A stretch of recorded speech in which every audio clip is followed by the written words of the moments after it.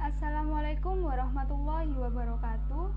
Di sini saya akan menjelaskan mengenai materi pertumbuhan ekonomi Indonesia triwulan 4 2020 yang disusun oleh Widya Maulidiananda dengan nomor NIM 201872030093 Pendidikan Ekonomi 2020B.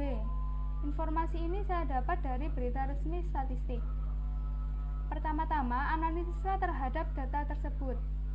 Sebelum kita menganalisis, marilah kita mengenal istilah-istilah yang perlu diketahui seperti C to C yaitu kumulatif to kumulatif, Y on Y yaitu years on years dari tahun ke tahun, Q to Q yaitu quarter to quarter. Kontraksi ekonomi. Kontraksi ekonomi adalah kondisi penurunan siklus ekonomi yang dalam sehingga angka PDB berada di kisaran minus. Sedangkan PDB itu sendiri merupakan Produk Domestik Bruto dalam bahasa Inggris, Gross Domestic Product atau GDP, adalah nilai pasar semua barang dan jasa yang diproduksi oleh suatu negara pada periode tertentu. PDB merupakan salah satu metode untuk menghitung pendapatan nasional.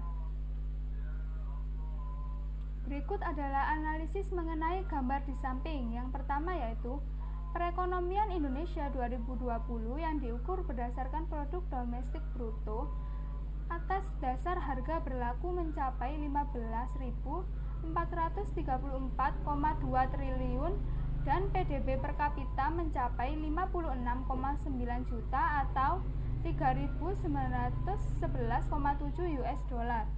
Yang kedua yaitu ekonomi Indonesia tahun 2020 mengalami kontraksi pertumbuhan sebesar minus 2,07% secara C2C dibandingkan tahun 2019. Dan yang ketiga yaitu ekonomi Indonesia triwulan 4 2020 terhadap triwulan 4 2019 mengalami kontraksi pertumbuhan sebesar minus 2,19% secara years on years. Dan yang keempat yaitu ekonomi Indonesia triwulan 4 2020 terhadap triwulan sebelumnya mengalami kontraksi pertumbuhan sebesar minus 0,42% secara quarter to quarter. Pertumbuhan ekonomi pada triwulan 4 2020 menunjukkan berlanjutnya proses perbaikan perekonomian.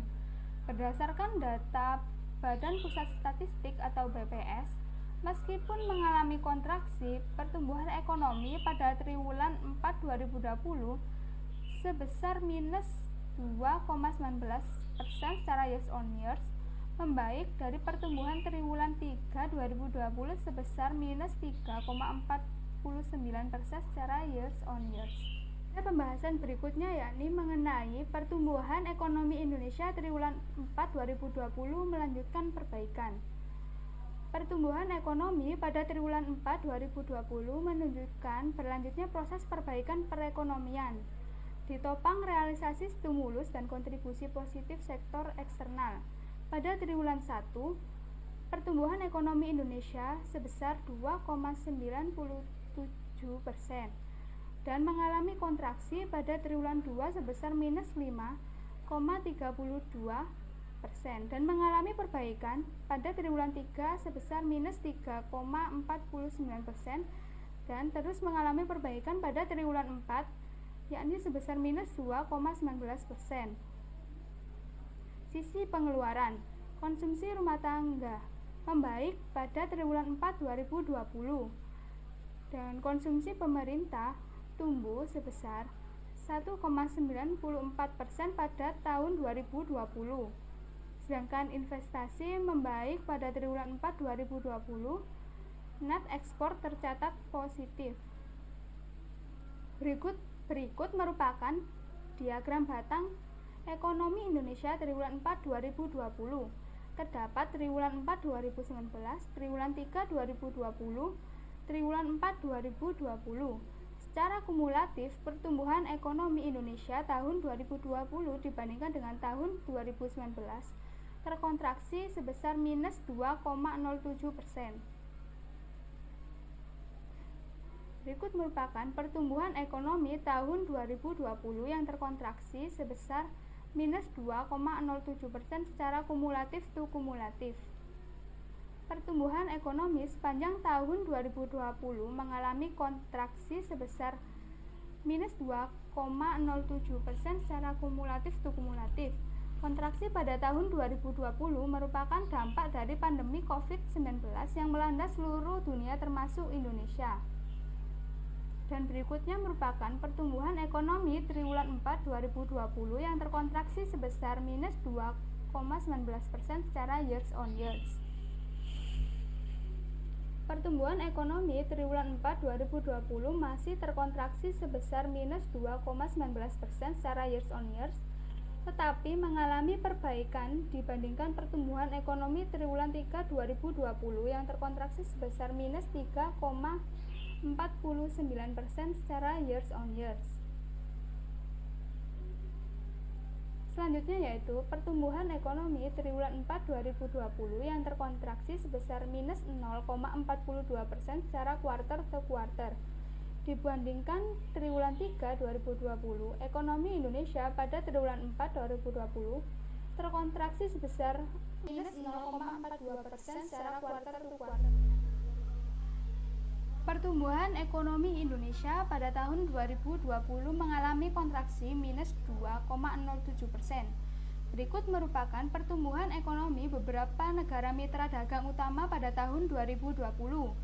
Ada Tiongkok, Amerika Serikat, Singapura, Korea Selatan, Indonesia, Vietnam, Hong Kong, dan Uni Eropa. Tidak hanya negara Indonesia saja yang mengalami kontraksi, namun ada beberapa negara yang lebih parah mengalami kontraksinya daripada negara Indonesia, seperti Amerika Serikat yang terkontraksi sebesar minus 3,5, Singapura yang terkontraksi sebesar minus 5,8, Hong Kong yang terkontraksi sebesar minus 6,1, dan Uni Eropa terkontraksi sebesar minus 6,4. Data tersebut saya peroleh dari Badan Statistik masing-masing negara. Berikut merupakan pertumbuhan ekonomi tahun 2019 dan 2020 menurut lapangan usaha. Untuk bagian berwarna biru merupakan tahun 2019 dan berwarna merah merupakan tahun 2020.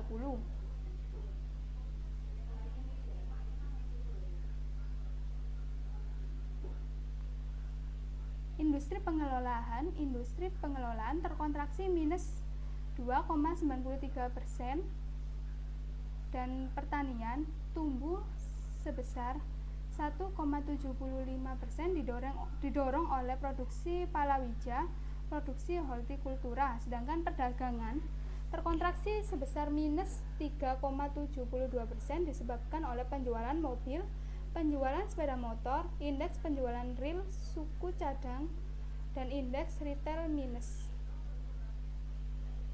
Berikut merupakan pertumbuhan ekonomi tahun 2019 dan 2020 menurut pengeluaran.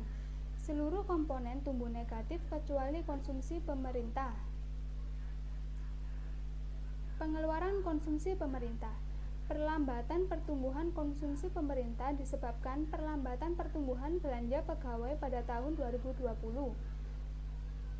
Tumbuh 1,18% lebih rendah dibandingkan tahun 2019, yakni tumbuh sebesar 8,49%. Pengeluaran konsumsi rumah tangga. Konsumsi rumah tangga terkontraksi minus 2,63%, masih rendahnya daya beli masyarakat tercermin dari indikator penjualan eceran, impor barang konsumsi terkontraksi, penjualan wholesale mobil penumpang dan sepeda motor terkontraksi. Untuk investasi, komponen investasi terkontraksi minus 4,95%. Berikut merupakan struktur perekonomian Indonesia secara spasial pada tahun 2020 masih didominasi oleh kelompok Provinsi Pulau Jawa yang memberikan kontribusi terhadap PDB sebesar 58,75%, sedangkan pertumbuhan ekonominya terkontraksi sebesar minus 2,51%. Saran dan solusi terhadap keadaan ekonomi tersebut yaitu melaksanakan kebijakan-kebijakan pemulihan ekonomi nasional secara konsisten dan membangun kerjasama dari seluruh komponen bangsa.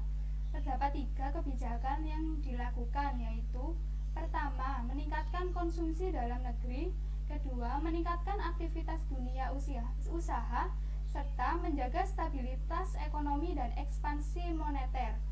Yang kedua yaitu melaksanakan ekonomi digital, dan yang ketiga yaitu pemerintah disarankan fokus menangani pandemi demi perbaikan ekonomi. Sekian dari saya, mohon maaf apabila ada kesalahan dan kekurangan dari saya. Saya akhiri, wassalamualaikum warahmatullahi wabarakatuh.